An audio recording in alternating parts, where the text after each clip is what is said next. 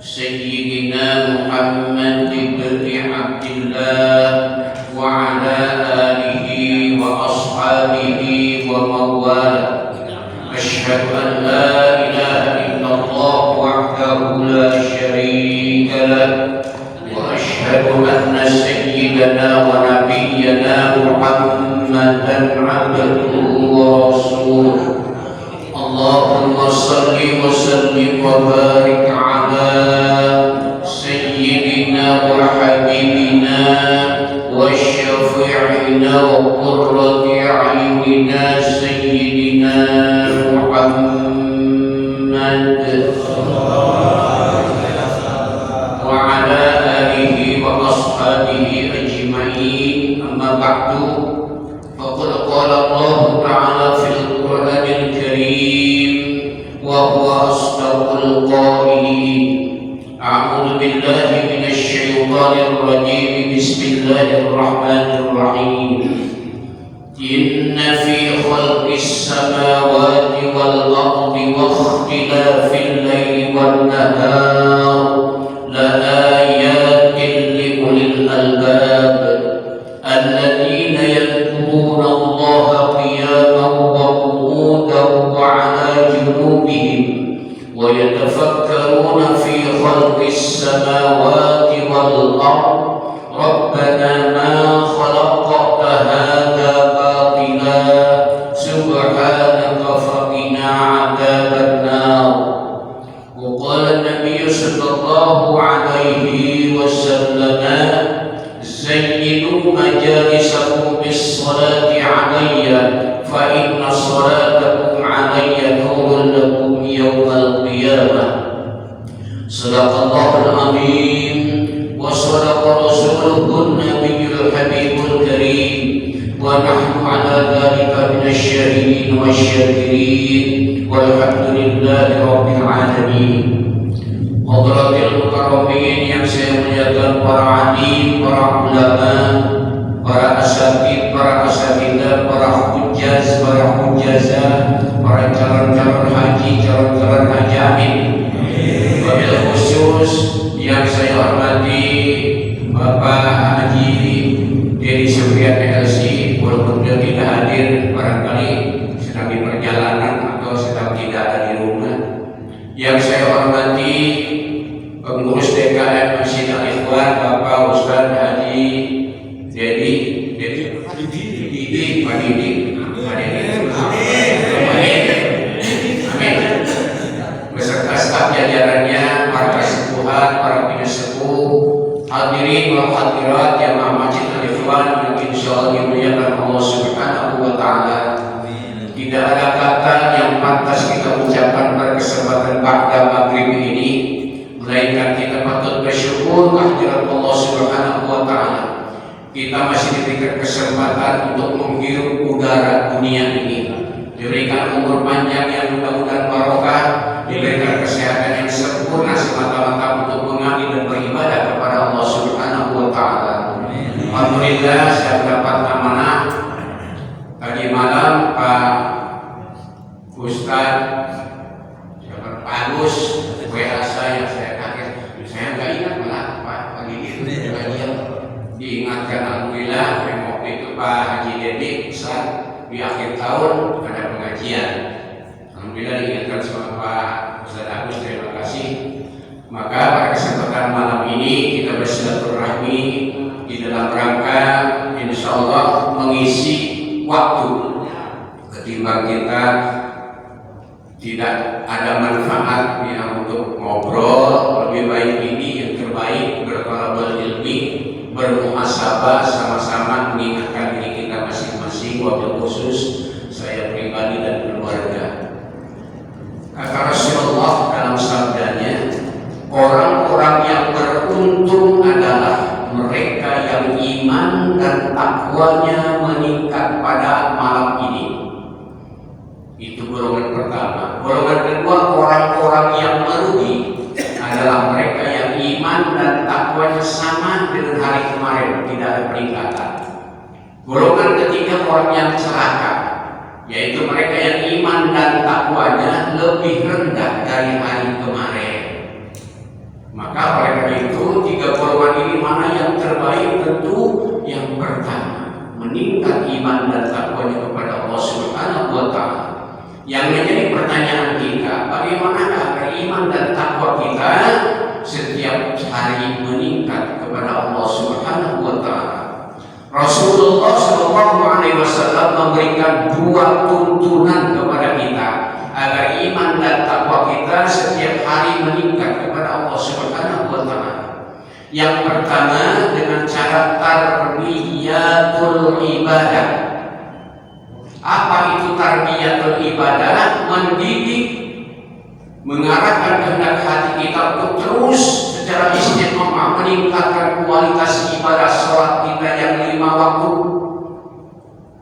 Bagaimana caranya? Kita banyak guru-guru kita yang mumpuni, terus meningkatkan dari segi bacaan, dari segi gerakan, dari segi ilmu-ilmu di dalam melaksanakan sholat 5 waktu.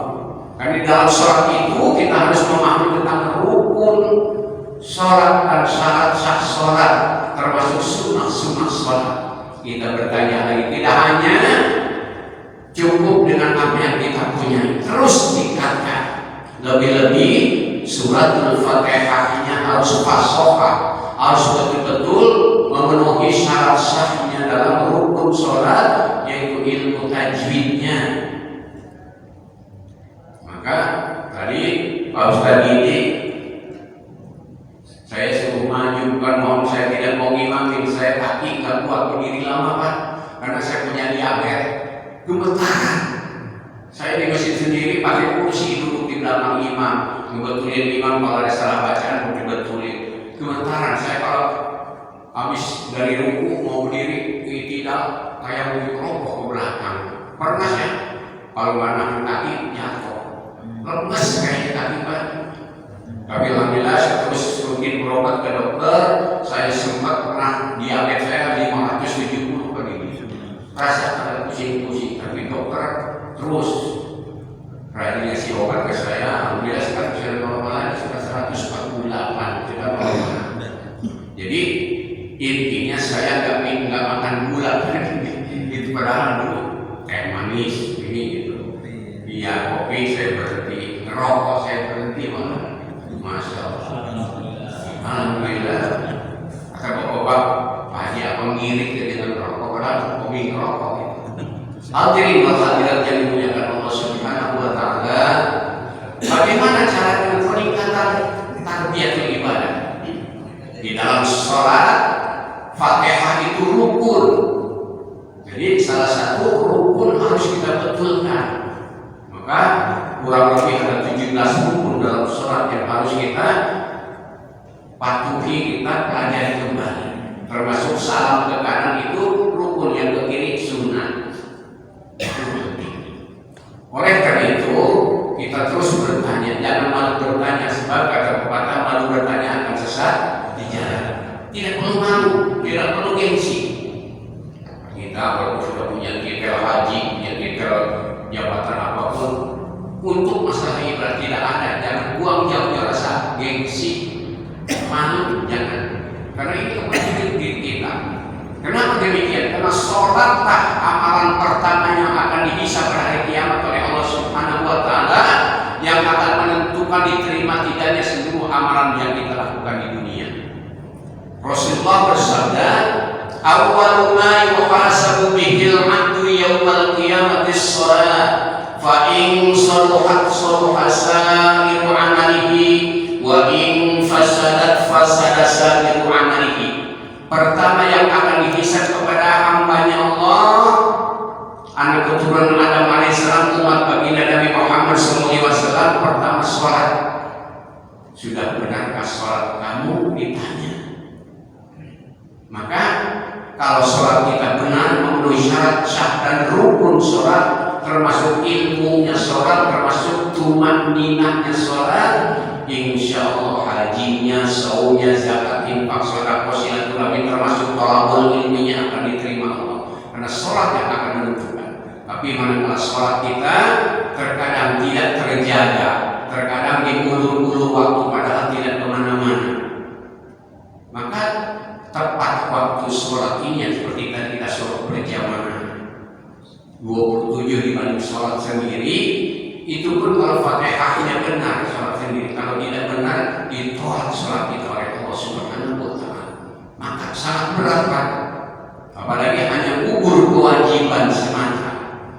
Maka oleh karena itu pentingnya agar meningkatkan kualitas iman dan takwa kita kepada Allah, terus kita jaga sholat kita, pelihara sholat kita. Jangan sampai dikatakan dalam surat Al-Namun, fawaidul lil musallin, maka masuk neraka wailah, maka kecelakaan orang yang sholat. Alladzina hum an salatihim sahun, yaitu mereka yang lalai dalam sholat, termasuk mengulur-ulur waktu padahal tidak kemana-mana, itu pun lalai. Masih panjang waktunya, akhirnya lupa. Itu yang kita khawatirkan. Khawatir ketika kita menunda waktu sholat, ajal kita, roh kita diambil Allah, takut seperti itu. Tapi ketika kita sedang sujud, sedang ruku, sedang apapun dalam sholat, tiba-tiba ajal kita diambil Allah, husnul khatimah. Itulah satu cara yang terbaik agar iman takwa kita meningkat kepada Allah Subhanahu wa Ta'ala. Yuk, mari kita bersama-sama, termasuk saya juga mengingatkan keluarga saya, terus belajar lagi, terus belajar lagi. Tidak ada hentinya kita bertanya, terus belajar sampai akhir hayat kita terus selesai menuntut ilmu. Hadirin yang dimuliakan Allah Subhanahu wa Ta'ala. Kemudian yang kedua, dengan cara muraqabah. Apa itu muraqabah? Memikirkan tentang apa yang sudah Allah ciptakan, yang ada di langit, yang ada di bumi. Ini semuanya untuk makhluk Allah, khususnya manusia yang berakal. Tidak ada yang sia-sia Allah ciptakan yang ada di langit, yang di bumi, semuanya manfaat untuk makhluk Allah, khususnya manusia yang berakal. Maka Allah jelaskan dalam firman-Nya surat Ali Imran ayat 190-191. Bismillahirrahmanirrahim. Inna fi khalqis samawati wal ardi wa ikhtilafil laili wan nahar la ayatin liulil albab alladziina yadhkuruna Allaha qiyaman wa qu'udan wa 'ala junubihim wa yatafakkaruna fi khalqis samawati wal ardi rabbana ma khalaqta hadza batila subhanaka faqina 'adzabannar. Sesungguhnya di dalam penciptaan langit dan bumi, wa ikhtilafil laili wan nahar, dan silih bergantinya siang maupun malam, la ayatin liulil albab, itu tanda-tanda bagi orang-orang yang berakal. Kita termasuk orang ulil albab, orang yang berakal. Siapakah mereka yang disebut Allah orang berakal? Dalam ayat berikut dijelaskan Allah, alladzina yadhkuruna Allah, yaitu mereka orang berakal itu orang-orang yang ingat kepada Allah. Saat kapan ingatnya? Saat kiamat. Kalimat kiamat berdiri, artinya berdiri sangat luas pemahaman dan pengertiannya. Sedang sehat walafiat, sedang menjadi orang kaya, sedang menjadi pejabat baik pemerintahan maupun sipil, sedang punya harta dan lain sebagainya. Dia ingat, dia tidak lupa ketika dipanggil, diseru untuk melaksanakan sholat melalui panggilan muadzin. Tadi mana yang agar ketua DKM, padahal bapak-bapak banyak, harus ketua DKM, harus berebut yang mengatakan berapa. Sebab nanti di hari kiamat yang biasa akan lehernya akan dipanjangkan oleh Allah di hari kiamat. Maksudnya bukan lehernya panjang, tapi kedudukannya diangkat oleh Allah karena manggil sholat. Pahalanya besar kan? Subhanallah. Berebut. Maka perlu hati-hati juga yang akan kadang-kadang salah harokat. Harusnya kalimat Allah pada Allah. Kalau Allah salah harusnya Allah. Karena kalimat Allahu Akbarullah, jangan Allah, Rullah. Saya sering kritik anak-anak muda, bukan Allah, Rullah. Ngomong Allahu kalimat pedoman, maka harus pas jelas. Oleh karena itu dipanggil oleh muadzin, hayya shalah, sedang dalam keadaan suka senang. Jadi pejabat yang pemimpin lagi berdiri, alhamdulillah panggilan Allah, saya sholat maghrib, segera tinggalkan dunia sejenak untuk mengabdi beribadah kepada Allah, rasa syukur kepada Allah, diberikan sehat walafiat, diberikan waktu luang, segera sambut panggilan Allah itu. Hakikatnya panggilan Allah, karena selama hidup kita ada 3 panggilan dari Allah. Pertama panggilan sholat, yang kedua panggilan haji, yang ketiga panggilan kematian. Pasti akan kita alami semuanya. Maka jangan ditunda-tunda ketika Allah memanggil melalui muadzin, segera sambut panggilan itu. Hadirin wa hadirat yang dimuliakan Allah Subhanahu wa taala, salatlah yang akan menentukan seluruh amal ibadah kita diterima tidaknya oleh Allah Subhanahu wa taala. Maka oleh karena itu, mari kita sama-sama jaga waktu-waktu salat. Maka oleh karena itu, betapa pentingnya kita senantiasa terus berjamaah sholat dibanding sholat sendirian. 27 pahala dari Allah itu pun dilipat gandakan oleh Allah Subhanahu wa taala. Ketimbang sholat sendiri, kalau Fatihahnya benar dapat 1 pahala ketimbang sholat berjamaah. Maka oleh karena itu pentingnya kita menjaga sholat yang kedua dengan cara merokobah tadi, artinya berpikir Allah ciptakan langit dan bumi ini untuk siapa? Untuk kita. Kita bersyukur menghirup ketika kita dilahirkan dari kandungan ibu kita, oksigen Allah sediakan gratis, terhirup oleh seorang bayi baru lahir, nangis di dunia, oksigen sudah terhirup. Bayangkan kalau kita sedang sakit di Sari Asi, 1 jamnya berapa Pak oksigen? Pak Didi berapa biasanya kalau oksigen bayar 1 jam? 1 juta Pak. Beli itu oksigen, tapi kebanyakan manusia tidak bersyukur diberi oksigen yang gratis oleh Allah, tapi tidak bersyukur. Masya Allah. Maka oleh karena itu dengan cara bertobat. Yang kedua, orang yang berakal itu wa'ala junubihim, walaupun dalam keadaan berbaring sedang tidur, diingatkan, dipanggil oleh Allah, bangun. Kalau kita baca dalam riwayat orang yang sedang tidur dipanggil adzan, sholat, tiba-tiba dia bangun, baca doa bangun tidur.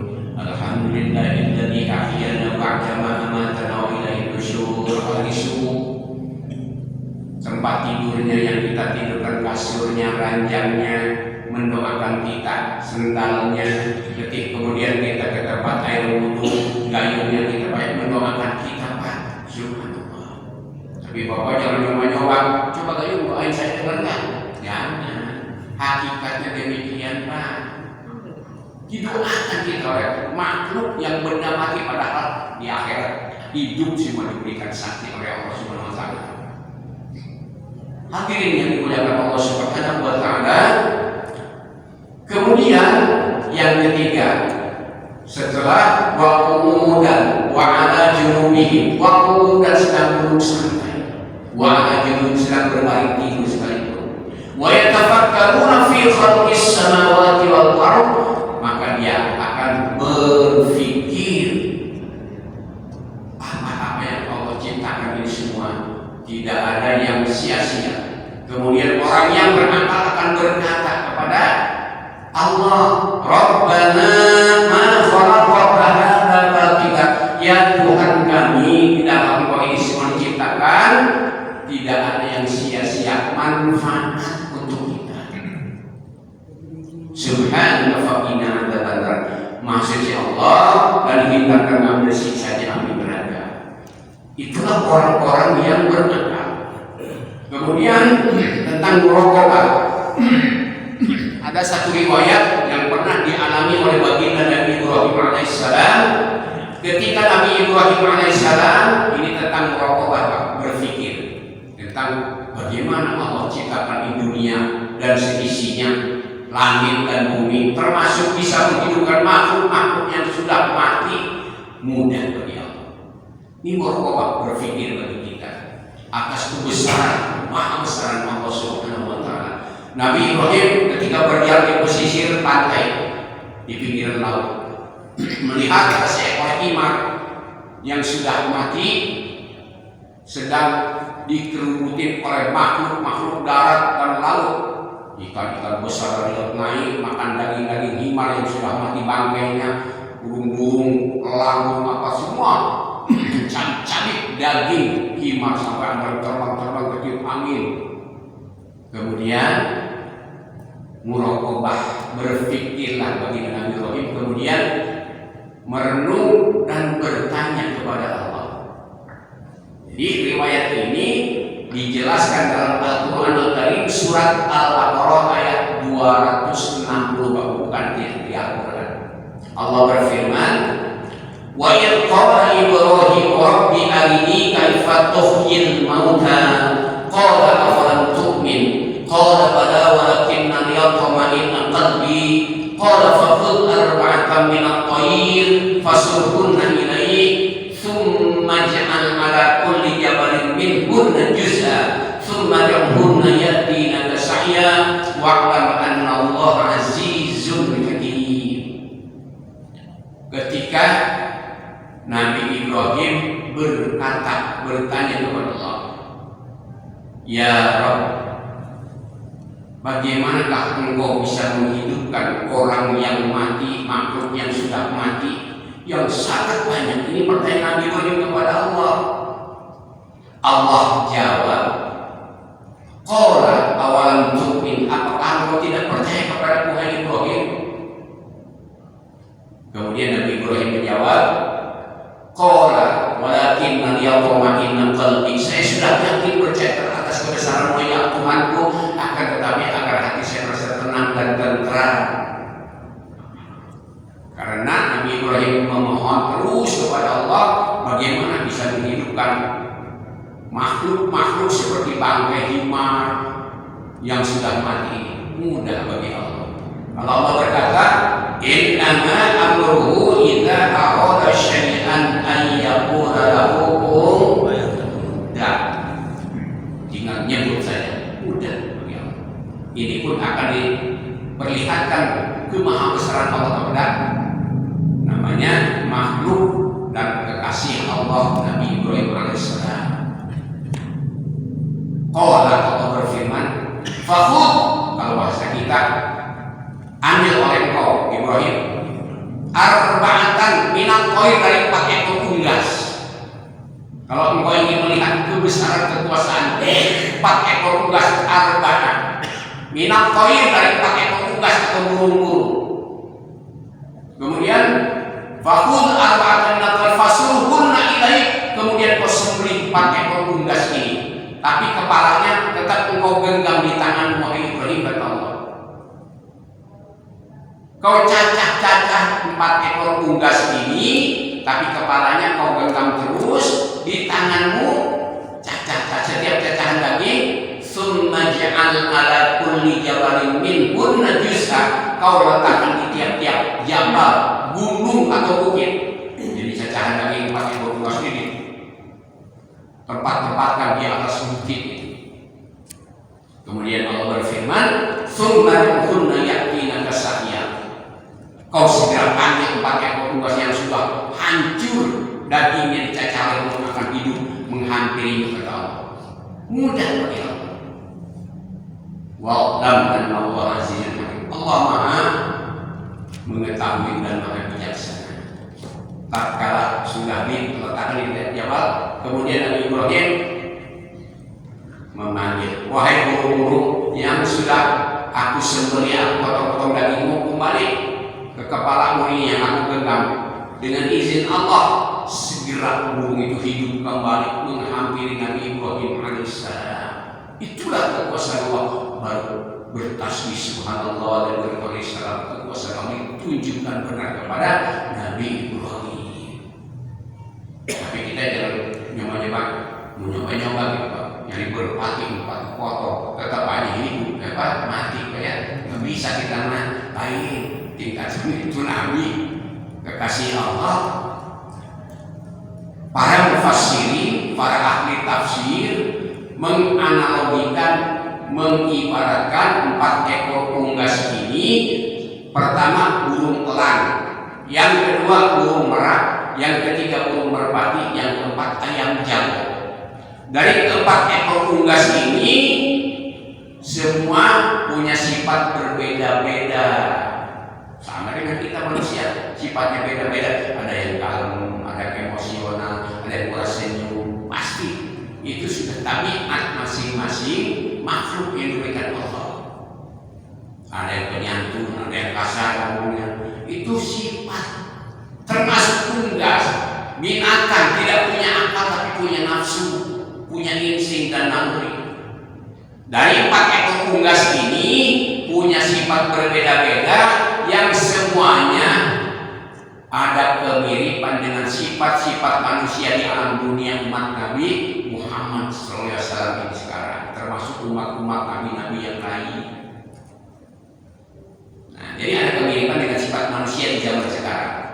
Mari kita simak. Pertama burung elang. Sifat burung elang tatkala dia sedang berada di angkasa, terbang ini, tapi suaranya memekakan telinga. Dia selalu berkuak-kuak, wah, tapi kepalanya selalu menukik ke bawah. Apa yang dia cari sebetulnya? Elang itu kan makhluk buas. Ternyata dia melihat, mengincar anak ayam yang sedang dilindungi oleh sayap induknya. Tatkala keluar dari sayap induknya, dia menukik ke bumi, diraihnya anak ayam dibawa pergi. Itu sifat burung elang, kelaparan terus. Artinya sifat manusia pun bisa seperti sifat burung elang. Dia sudah punya jabatan tinggi, punya kedudukan tinggi, punya harta banyak, punya apapun, tapi masih mau merampas hak orang lain yang bukan haknya. Itu sifat manusia. Sudah dijelaskan dalam ayat-ayat ini. Yang kedua, burung merak. Padahal mereka binatang tidak punya akal, tapi punya nafsu. Burung merak, kalau Bapak pernah ke pasar Minggu Ragunan, lihat tuh sifat burung merak. Ketika ditonton oleh kita, pasti dia sudah muter-muter, muter-muter. Ternyata dia pamer keindahan ekornya muter-muter. Sifat manusia pun begitu, pasti suka pamer. Yang ibadah pun bisa pamer, Pak. Imam, kata setan si Malhan, kalau orang sholat si Malhan, udah imam, lamain tuh panjang suratnya biar pada ngantuk, digoda. Imam lebih gede lagi yang goda setannya, kalau mau ngomong di bawahnya. Udah supaya nggak khusyuk. Alladzi yuwaswisu fi sudurin nas, orang-orang yang diwaswaskan oleh syaitan batani agar tidak khusyuk sholat, ingat kemana-mana. Pamer, termasuk kita jalan kemana-mana, apalagi ada lagi pengajian gini, ya senyum aja nyemir aja, dia ternyata gigi emasnya, senyum, pamer gigi emas. Kadang ibu-ibu duduk mau sok, liatin cincinnya, pamer. Masya Allah, itu manusia wajar seperti burung merak. Itu sifat-sifat burung tadi, ada kemiripan sifat manusia. Yang ketiga, burung merpati. Bapak pernah lihat burung merpati? Sifatnya apa? Ketika burung merpati ada di luar, tuannya datang berikan makanan, pasti semuanya diserbu itu makanan tuan yang disediakan burung merpati tadi. Serbu sudah makanannya habis, tinggalkan begitu saja ke tuannya. Artinya sifat manusia ketika terpuruk, tidak punya kemampuan apa-apa, ditolong oleh orang tuanya, ditolong oleh saudaranya, ditolong oleh gurunya, ditolong oleh rekan sahabatnya, sudah jadi orang lupa penolongnya siapa. Itu sifat manusia. Saya berhasil karena hasil jerih payah saya. Padahal awalnya siapa yang nyekolahin, siapa yang didiknya, itu manusia. Kalau jauh dari Allah Subhanahu wa Ta'ala. Yang keempat, ayam jago. Ayam jago dimanapun berada pasti ada selalu didampingi ayam betina. Kemaksiatan di dunia sekarang merajalela, terbuka bebas. Itu sudah tanda-tanda akhir zaman, Pak. Orang-orang sudah tidak merasa malu dengan auratnya terbuka. Masya Allah. Oleh karena itu kita ambil iktibar semua pelajaran di dalam Al-Quran, di dalam hadis Rasulullah SAW sudah banyak dijelaskan. Hanya kita iktibar, jadi pelajaran semua agar kita terus semakin meningkat ibadah kita kepada Allah, semakin meningkat iman dan takwa kita kepada Allah. Karena sifat takwa itu, kata Al-Imam Al-Husaini dalam kitab Mukhtarul Ahadits, ada 4 huruf, ta, kof, waw, iya. Itu bermakna orang bertakwa sifatnya tak, rutanya adalah tawadhu. Orang bertakwa punya sifat tawadhu, rendah hati, tidak pernah sombong. Punya harta banyak, punya jabatan, punya kedudukan, punya apapun, punya kecantikan, ketampanan, tidak pernah menyombongkan diri. Tapi itu amanah dari Allah. Dia bersyukur, hati-hati menjaga amanah. Maka itulah orang yang bertakwa, tawadhu, rendah hati, tidak pernah menyombongkan diri. Punya ilmu tinggi, tidak pernah sombong. Karena punya ilmu baru 3 lembar, udah nyombongkan diri. Kalau kita bersama saya ada itu aja gitu. Itu baca kitab kuning, ada yang nantang gitu. Buat apa ilmu di pamer-pamerkan? Buat diamalkan, pamer ilmu itu. Sebab di akhirat akan ditanya. Yang kedua hurufnya kedua kof. Orang bertakwa adalah qanaah, bersyukur atas nikmat sekecil yang diberikan Allah Subhanahu wa taala. Khususnya 2 nikmat yang sangat besar kata Allah, nikmat sehat dan nikmat kesempatan. Itu 2 yang kadang-kadang kita lupakan. Yang huruf ketiga adalah waw. Orang bertakwa sifatnya waro. Waro itu bisa menjaga dari makanan yang subhat, apalagi yang haram. Huruf yang yakin dengan adanya pertolongan Allah, yakin dengan ada ujian dari Allah Subhanahu wa taala. Oleh karena itu, mari kita betul-betul sangat penting untuk menjaga ketakwaan kita, keimanan kita terhadap Allah Subhanahu wa taala. Agar kita ingin menjadi orang bertakwa, harus kuatkan dulu iman kita kepada Allah, sebenar-benarnya iman. Semoga Allah Subhanahu wa taala senantiasa selalu memberikan taufik dan hidayah kepada kita, taufik dan hidayah kepada saudara-saudara kita yang belum mau berjamaah sholat, belum mau melaksanakan kebaikan, belum mau bersilaturahmi dengan kita. Maka semoga Allah senantiasa memberikan kemudahan kepada kita untuk melaksanakan ibadah kepadanya. Amin ya rabbal alamin. Barangkali itu saja apa yang dapat saya sampaikan. Kurang lebihnya mohon maaf. Wassalamualaikum warahmatullahi wabarakatuh.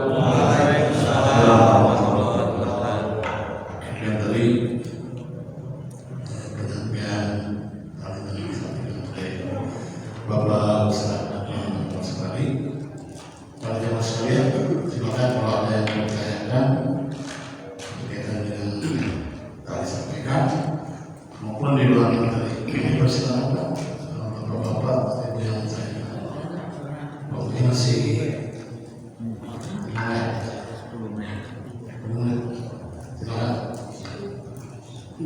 Udah paham semua kali Pak? Alhamdulillah. Kalau ada yang minta yang berkaitan dengan usul sholat, orang banyak yang untuk menghindari supaya khusus benar antara sholat belum bagaimana benar-benar usul aja suka ada Bapak jujur saja, usulnya sholatnya Pak? Susah ya, termasuk saya yang pernah khusyuk. Tapi kita yang penting agar kita khusyuk, fokus kepada apa yang kita baca itu Pak. Pakai Alhamdulillahirabbil alamin. Terus perhatiin huruf demi huruf itu, insya Allah tidak akan ingat kemana-mana. Coba bayangkan gimana nggak khusyuk. Sayyidina Umar dan Sayyidina Ali pernah dicoba Rasulullah. Wahai Umar, Ali, sholat kalian yang khusyuk akan saya berikan sorban hijau dan sorban merah. Ingat tuh Sayyidina Ali, saya beri sorban hijau, ingat disuruh tanya. Apa? Ingat apa Pak? Saya ingat Rasulullah mengasih sorban hijau. Kan ingat loh. Tidak ada musibah. Tapi paling tidak keluar dari kata-kata bacaan salat. Insyaallah sah salatnya. Paling tidak kita fokus dengan bacaan Fatihah, bacaan surat, bacaan takbiratul ihram dan sebagainya. Jadi dalam salat itu ada namanya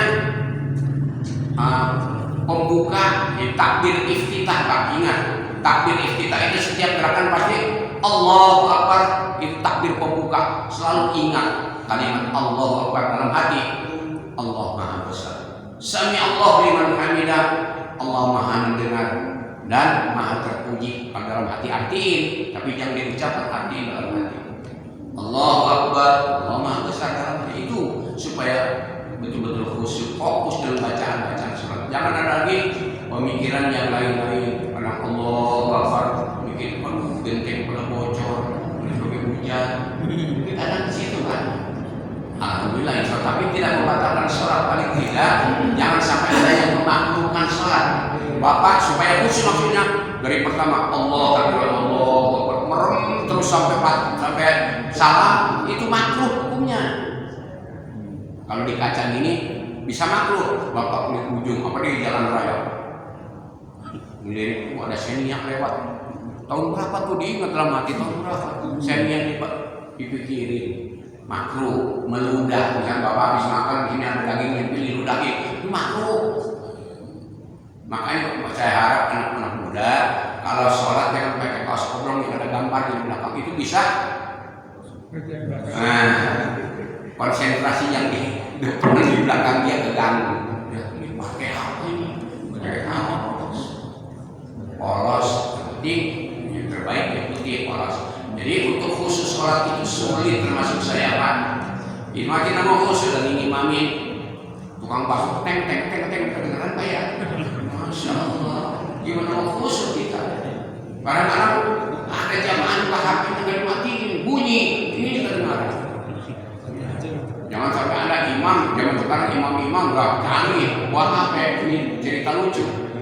Masuk ini lagi Fatihah. Bismillahirrahmanirrahim. Alhamdulillahirabbil alamin. Arrahmanirrahim. Maliki yaumiddin. Pas main nyebut mau iya, bunyi tuh HP. Lagunya Manuk Dadali. Manuk Dadali. Iyyaka na'budu wa iyyaka nasta'in. Oke semua. Iya. Enggak kok. Alat-alat canggih itu enggak matiin, masih ada yang bunyikan. Ada panggilan dia. Padahal perlu diingetin Pak, apalagi Jumat kan, mohon di share dulu di bagaimana matikan maksudnya. Jadi tadi pertanyaan Bapak ini jarang yang khusyuk termasuk sahabat Nabi di tes dikasih surat merah sama hijau. Tapi yang terpenting fokus dengan bacaan yang kita baca Fatihah, fokus bacaan, insya Allah tidak mengurangi pahala sholat. Kalau kita jangan sampai makruh, ya. Atau kata Imam Syafi'i kalau garuk Bapak ada gatal, satu aja gini. Kalau 3 kali berturut-turut batal. Dimakan pas sekaligus garuk-garuk gitu, batal. Maka satu aja tidak gatal. Apalagi anak udah plok katanya pukul gitu. Batal itu ya. Kadang-kadang nggak memperhatikan masalah itu. Maka oleh karena itu jangan sampai menjadikan makruh sholat kita. Mudah-mudahan ini jadikan ya perhatian bagi kita agar khusus sholat kita fokus bacaan yang kita baca dalam sholat. Jangan sampai bisa mengurangi pahala sholat. Insya Allah untuk membatalkan sholat tidak, tapi makruh dalam sholat, termasuk nahan kentut itu Pak. Bahkan wajib hukumnya ditahan, untuk jangan dibuang, tahan sampai benar-benar nggak tahan baru batal. Kalau membatalkan itu dosa hukumnya, ditahan kalau mau kentut tahan sampai benar-benar tahan, walaupun makruh hukumnya. Karena dalam sholat wajib jangan sampai membatalkan dengan sengaja, itu dosa. Maka itu banyak hal-hal seperti ini yang sulit bagi kita. Ada saya punya jamaah juga nggak tahan kencing Pak, baru 5 menit Bapak batal kayak gitu, balik lagi. Coba Bapak sekali-kali tahan, mohon sama Allah, insya Allah. Padahal dia udah mau umroh, itu saya kasih tahu, kuat di sholat katanya, biar lebih umroh Pak, nggak bisa kencing, itu sama Allah Pak. Jadi praktekkan di sini, itu di sholat di masjid kita. Saya kira itu Pak, untuk khusyuk, sulit sekali ya. Mudah-mudahan sholat kita semuanya diterima Allah Subhanahu wa taala. Ada lagi? Ya Pak. Kalau ada kata kalau sholat tasbih itu katanya dalam 1 tahun itu bisa boleh 1 kali Pak Ustaz. Maksudnya? Sholat tasbih Ya, dalam 1 tahun katanya boleh 1 kali. sekali seumur hidup gitu. Iya. Boleh sekali seumur hidup. Kalau saya tiap bulan di masjid saya akhir bulan minggu keempat sholat tasbih ada, saya ngadain di Masjid Nurul Hikmah. Ya, kalau di sana seminggu sekali juga di At-Tadhkir tiap hari minggu. Kalau saya tiap hari minggu. Bulan sekali Pak Ustaz. Tiap sebulan sekali. Jadi akhir bulan minggu terakhir minggu keempat saya ngadain di masjid saya. Di sini Nurul Hikmah. Jadi sholat tasbih. Jarang dilaksanakan sholat tasbih itu berjamaah itu Pak Ustaz. Nggak jamaah, bacanya sendiri-sendiri, nggak bukan jamaah, jadi kita bareng-bareng gitu kan. Jadi bukan makmuman atau imaman, tapi adaan saja sendiri, niat sendiri gitu Pak. Nah kalau siang hari 4 rakaat 1 kali salam, kalau malam hari 4 rakaat 2 kali salam, tasbih dikerjakan. Biasa kayak sholat biasa, setelah doa iftitah baca surat, baru ruku. Baca berdiri dulu 15 kali. Sambil kan ruku 10, bangkit dari ruku 10, sujud 10, bangkit dari sujud 10, sujud lagi 10. Pas mau rakaat yang kedua baca dulu 10 kali, baru baca lagi surat. Begitu sampai 300 ya. Jadi 1 rakaatnya 75 tasbih. Insyaallah malam juga bisa, sendiri juga bisa di rumah. Baik, itu Pak. Ya kalau ada lagi berikutnya sebenarnya adalah Pak Ustaz yang telah menyampaikan kajiannya, mudah-mudahan kita semua dapat mengamalkannya baik di keluarga maupun di Terima kasih. Ustaz, Assalamualaikum warahmatullahi wabarakatuh. Waalaikumsalam. Saya mau nanya Pak Ustaz, kalau kita mau sholat wudhu kan, misalnya kita tidurnya 1 jam sebelumnya, terus pas mau wudhu itu kita harus bersih-bersih. Kita harus bersih dulu apa langsung wudhu aja Pak Ustaz? Bersih-bersih apa di situ? Ya, kita cebok dulu apa gitu. Kondisi kita kentut nih. Ya, Gitu, Pak Ustaz. makanya Hukumnya gimana kalau misalnya? ini Pak ya, buang air kentut, buang air kalau pipis ya kan dicuci. Ya. Tapi kalau kentut itu termasuk yang batalnya ruhaninya, bukan jasmaninya. Itu Pak bedanya. Kalau kita kencing, buang hajat kan, itu namanya batal jasmaninya. Tapi kalau kentut batal rohaninya. Tidak pernah orang kentut langsung cebokan Pak. Iya angin doang, silakan menyangkut di pohon angin dulu Pak. Jadi Bapak yang terbaik seperti tadi bersih-bersih dulu itu Pak ya. Nah, misalnya takut habis kencing lagi takutnya terasa ini. Ya kalau Bapak merasa kencing misalnya, ya harus ganti kan celananya, Pak. Tapi Bapak bersih-bersih, bisa bekas takut ada kotoran debu, bagus cuci dulu gitu Pak. Bagus. Ini terbaik kalau bisa mandi sunahnya Pak. Nah, mandi. Dor, masak. Cuman mandi yang namanya di masjid takut ada ibu-ibu ya kita lagi mandi. Itu betul Pak, baik bersih-bersih terbaiknya. dan cukup.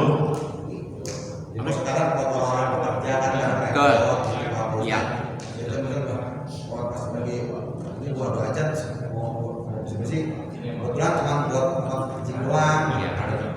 Itu gimana Pak? Sunnah ya. Ya. Nah. Cuman kalau ada anak muda yang mau azan yang pakai anting-anting jangan, itu nggak sah hukumnya Pak. Pakai anting ditindik itu kan ada anting, nggak sah hukumnya. Anak muda azan nggak sah itu. Jadi mirip perempuan, nggak sah. Cukup ya. Jangan berasa saya meminta doa.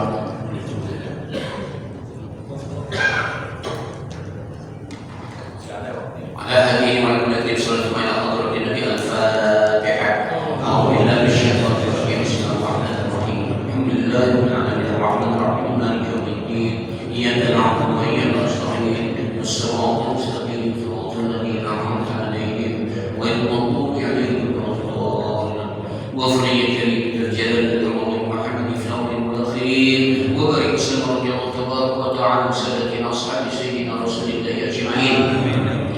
لله رب العالمين حمدا لله حمد الشاكرين حمدا يوفي نعمه ويكافئ مزيدا يا ربنا لك الحمد ولك الشكر كما ينبغي لجلال وجهك الكريم وعظيم سلطانك اللهم افتح لنا ابواب الخير وابواب البركه وابواب النعمه وابواب الرزق وابواب القوه وابواب السلامه وابواب الجنه وابواب الصحه اللهم طول امورنا وحسن اخلاقنا وصحح جسادنا ونور قلوبنا واحسن اعمالنا والى الخير قربنا وللشر ابعدنا بحوائجنا في الدين والدنيا والاخره اللهم لا تدع لنا في مقامنا هذا ذنبا الا غفرته ولا هما الا فرجته ولا دينا الا قضيته ولا ناقصا الا اسلمته ولا ضالا الا هديته ولا ضائعا مرضته ولا مريضا الا شفيته ولا حاجه من حوائج الدنيا والاخره الا قضيتها ويسرتها برحمتك يا ارحم الراحمين اللهم اغفر لنا ذنوبنا ولوالدينا وارحمهما كما ربيانا صغارا ولجميع المسلمين والمسلمات والمؤمنين والمؤمنات الاحياء منهم والاموات